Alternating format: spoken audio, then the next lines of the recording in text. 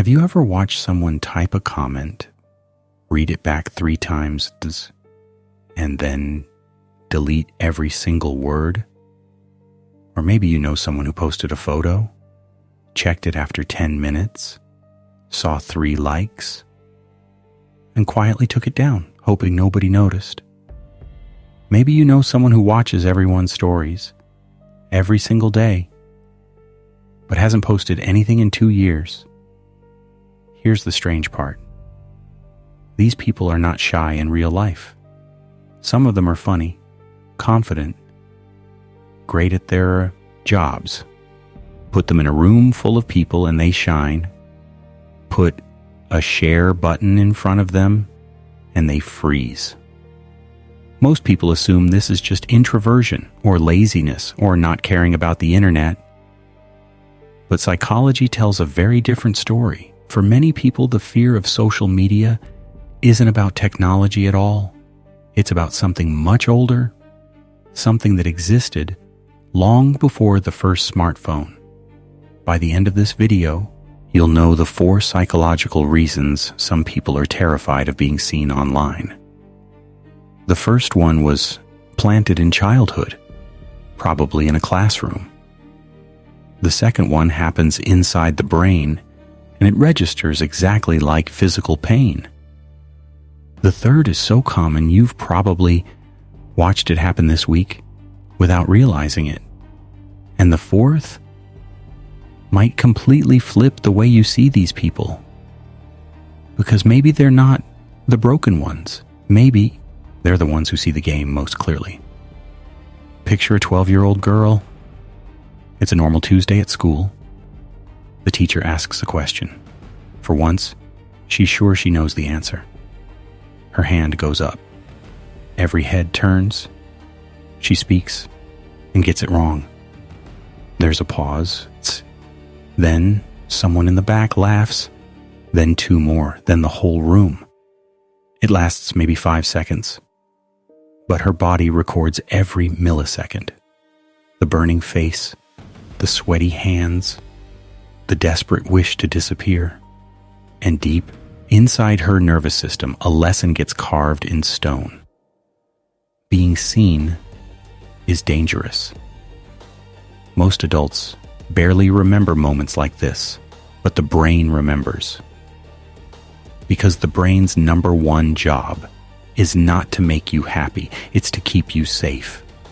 And for thousands of years, safe meant one thing above all. Don't get rejected by the group.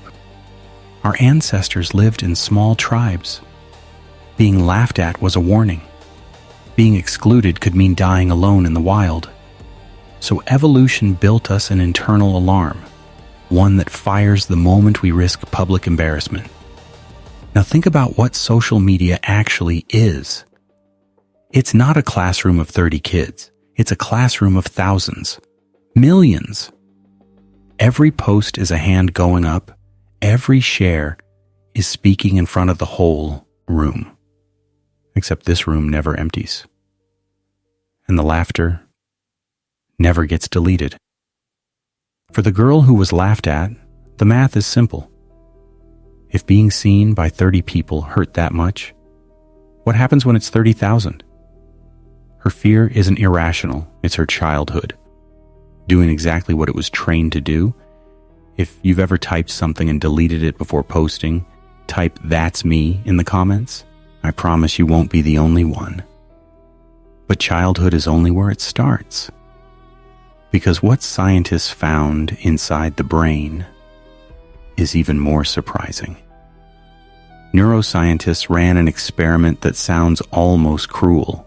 They put volunteers inside a brain scanner and made them play a simple online ball-tossing game with 2 other players.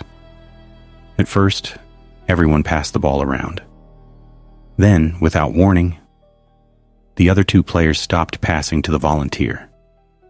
No insult, no message, just exclusion. And inside the scanner, something remarkable lit up. The same brain regions that process physical pain. Read that again. Being ignored activated the machinery of a burn, a cut, a broken bone. To your brain, rejection isn't a metaphor, it's an injury. Now bring that back to social media. You post something personal, a photo, an opinion, a small piece of who you are, and the response is silence.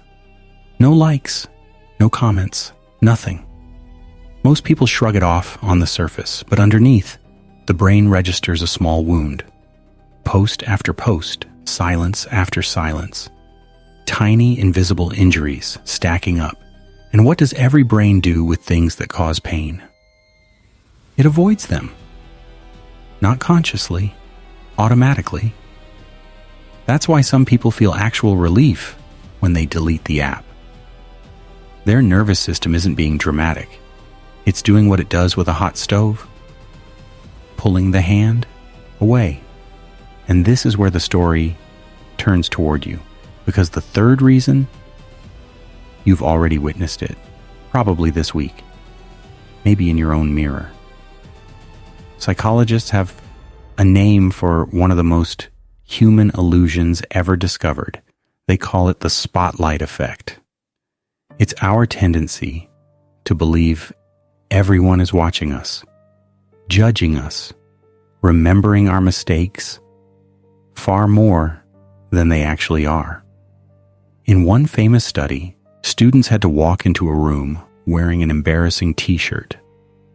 Afterwards, they were asked, "How many people noticed?" The students guessed about half the room.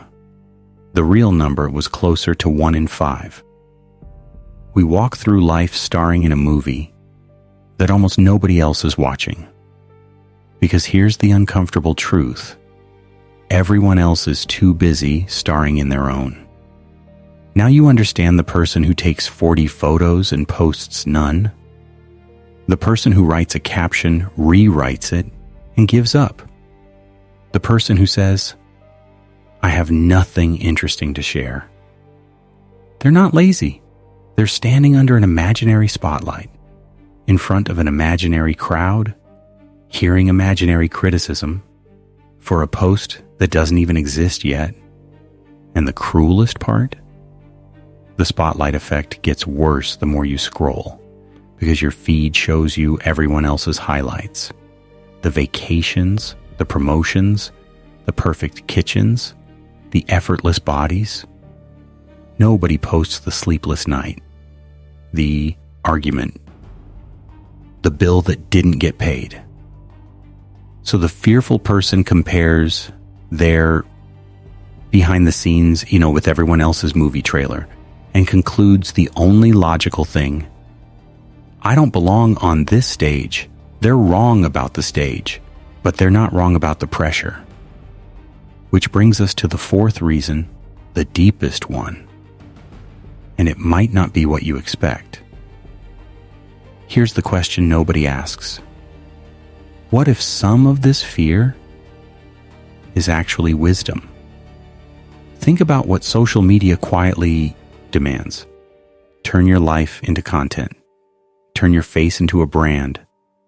Turn your worst day into something postable. And accept that everything you share stays online forever. Searchable, screenshotable, judged by strangers who will never know the full story. Some people look at that deal and their whole body says no. Psychologists point out something fascinating about many of these people. They often have rich offline lives, deep friendships, long conversations, hobbies nobody, photographs.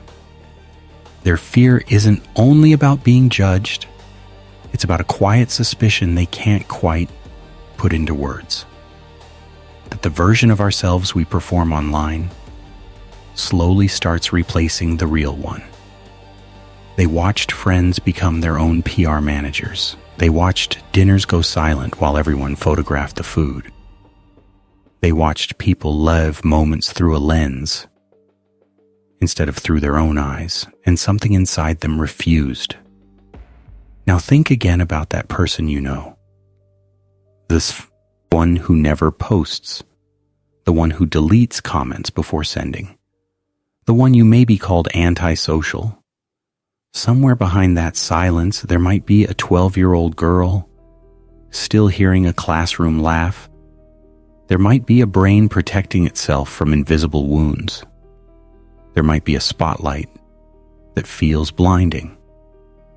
Or there might be someone who simply decided that their life doesn't need an audience to be real. That doesn't mean hiding forever is healthy. Connection matters. Being seen, truly seen, is one of the deepest human needs. But the next time someone tells you they're afraid of social media, don't laugh. Ask yourself the harder question instead.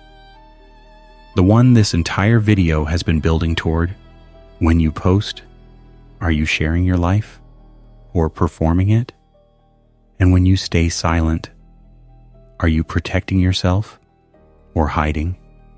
If this video described you or someone you love, comment "I felt this" below. And if you want to understand why your mind works the way it does, the next video on your screen goes even deeper.